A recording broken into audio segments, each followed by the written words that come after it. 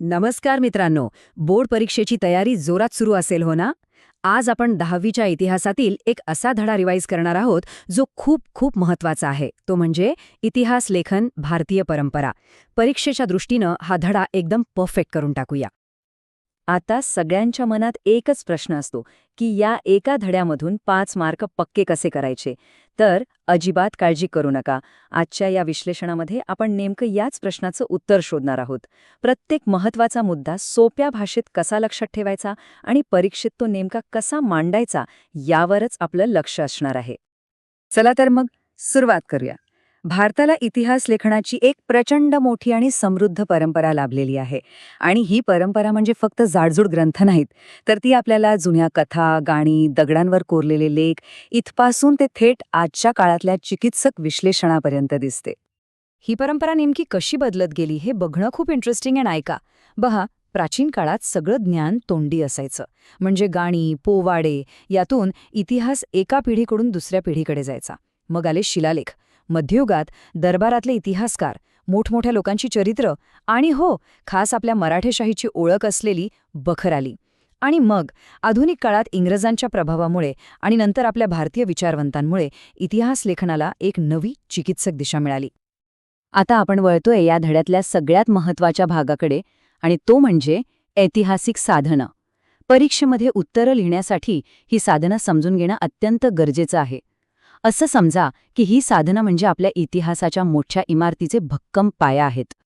हे बघा, हा आहे सोहगौडा ताम्रपट. मौर्य काळातला आहे हा आणि ब्राह्मी लिपीत कोरलेला आहे. ह्याची गंमत काय माहितीये? यावरून आपल्याला कळतं की दुष्काळ पडल्यावर त्या काळातलं सरकार लोकांना कशी मदत करायचं. म्हणजे यातून हे सिद्ध होतं की शिलालेख फक्त राजांच्या लढायांबद्दल सांगत नाहीत, तर त्यावेळचा समाज कसा होता, प्रशासन कसं होतं याचा डायरेक्ट पुरावा देतात. मध्ययुगीन भारताला समजून घेण्यासाठी बाहेरून आलेल्या प्रवाशांनी लिहून ठेवलेली प्रवासवर्णनं खूपच उपयोगी पडतात. अल-बिरुनी, इब्न बतूता यांसारख्या लोकांनी त्यावेळेचा समाज, तिथल्या चालीरीती, राजकारण या सगळ्याचं वर्णन केलंय. म्हणजे एका बाहेरच्या व्यक्तीच्या नजरेतून आपल्याला त्या गोष्टीही कळतात ज्या कदाचित तिथल्या लोकांना अगदी सामान्य वाटत असतील. चरित्र किंवा आत्मचरित्र म्हणजे काय? तर एखाद्या व्यक्तीच्या आयुष्याचं सविस्तर वर्णन. उदाहरण घ्यायचं झाल्यास बाबराने लिहिलेलं तुझुक ए बाबरी. यातून त्याच्या लढाया, त्याने फिरलेले प्रदेश आणि तिथल्या लोकांच्या सवयी यांबद्दलची एकदम पर्सनल आणि महत्त्वाची माहिती मिळते.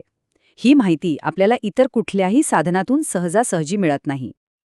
आणि आता बखर हा शब्द तर परीक्षेसाठी लक्षात ठेवायचाच आहे. हा एक खास मराठी ऐतिहासिक साहित्य प्रकार आहे. यामध्ये वीरांच्या शौर्याचं कौतुक असतं, महत्त्वाच्या घटना, लढाया आणि मोठ्या माणसांची माहिती असते. खास करून मराठ्यांचा इतिहास समजून घ्यायचा असेल तर बखरींशिवाय पर्याय नाही. इतकं ते महत्त्वाचं साधन आहे. बरं, आता आपण बघूया भारतीय इतिहास लेखनाची काही खास वैशिष्ट्य. मोठ्या प्रश्नांची उत्तरं लिहिताना हे मुद्दे जर लक्षात ठेवले तर उत्तर एकदम प्रभावी होतं. आपल्या इतिहासाची मांडणी इतरांपेक्षा वेगळी का आहे हे यातून अगदी स्पष्ट होतं. तर मग काय आहेत ही वैशिष्ट्य? पहिलं म्हणजे आपला इतिहास हा पुरातत्वीय, लिखित आणि मौखिक अशा वेगवेगळ्या साधनांवर अवलंबून आहे. दुसरं, प्राचीन ग्रंथांमध्ये घटनांचा एकदम काटेकोर क्रम म्हणजे 1, 2, 3 असा क्रम नेहमीच सापडत नाही. तिसरं, यात राष्ट्रवादी, मार्क्सवादी, वंचितांचा इतिहास असे वेगवेगळे विचारप्रवाह दिसतात. चौथं, आपलं इतिहास लेखन सुरुवातीला फक्त स्तुती करणारं होतं, पण हळूहळू ते चिकित्सक विश्लेषणाकडे वळलं. आणि पाचवं, सगळ्यात महत्त्वाचं, हे भारताच्या सामाजिक आणि सांस्कृतिक विविधतेचं प्रतिबिंब आहे. चला, आता थेट परीक्षेच्या तयारीला लागूया. पुढच्या काही स्लाइड्समध्ये आपण बघणार आहोत की बोर्डाच्या पेपरमध्ये या धड्यावर नेमके कसे प्रश्न विचारले जाऊ शकतात आणि त्यांची उत्तरं प्रभावीपणे कशी लिहायची. 3 गुणांसाठी हा प्रश्न हमखास येऊ शकतो. संकल्पना स्पष्ट करा. बखर. याचं उत्तर लिहिताना काय लिहायचं? तर बखर म्हणजे काय, तो कोणत्या भाषेतला साहित्य प्रकार आहे, त्यात काय काय असतं आणि मराठ्यांच्या इतिहासासाठी त्याचं महत्त्व काय आहे, हे मुद्दे तुमच्या उत्तरात आलेच पाहिजेत. अजून एक महत्त्वाचा प्रश्न, राजतरंगिणी हा ग्रंथ महत्त्वाचा का मानला जातो?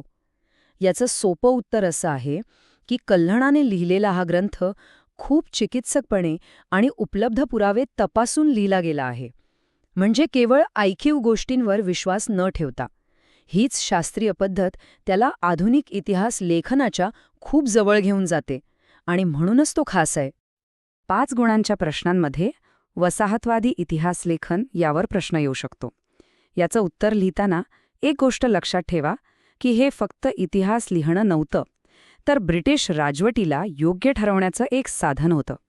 ब्रिटिश इतिहासकारांचा भारतीय संस्कृतीबद्दलचा पूर्वग्रहदूषित दृष्टिकोन आणि जेम्स मिलसारख्या इतिहासकारांच्या विचारांचा उल्लेख करणं इथे खूप गरजेचं आहे. तसाच दुसरा एक महत्त्वाचा प्रश्न म्हणजे मार्क्सवादी इतिहास लेखन. याचं उत्तर लिहिताना इतिहासाकडे वर्गसंघर्षाच्या दृष्टिकोनातून कसं पाहिलं जातं हे स्पष्ट करायचं.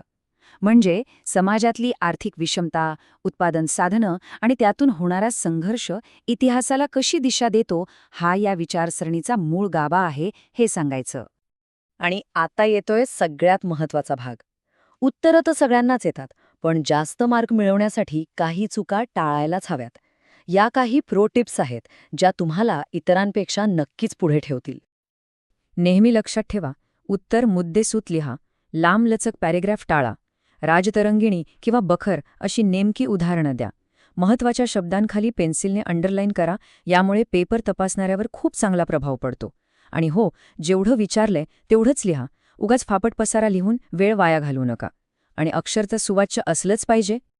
तर मग ह्या सगळ्या चर्चेचा सार काय? तर इतिहास म्हणजे केवळ सनावळ्या आणि घटनांची यादी नाही, तो वेगवेगळ्या पुराव्यांची छाननी करून विविध दृष्टिकोनांतून केलेला एक शोध आहे.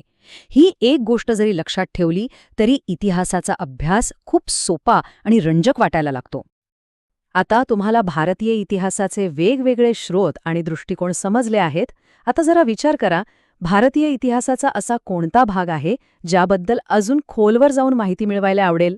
चला तर मग, परीक्षेसाठी खूप खूप शुभेच्छा.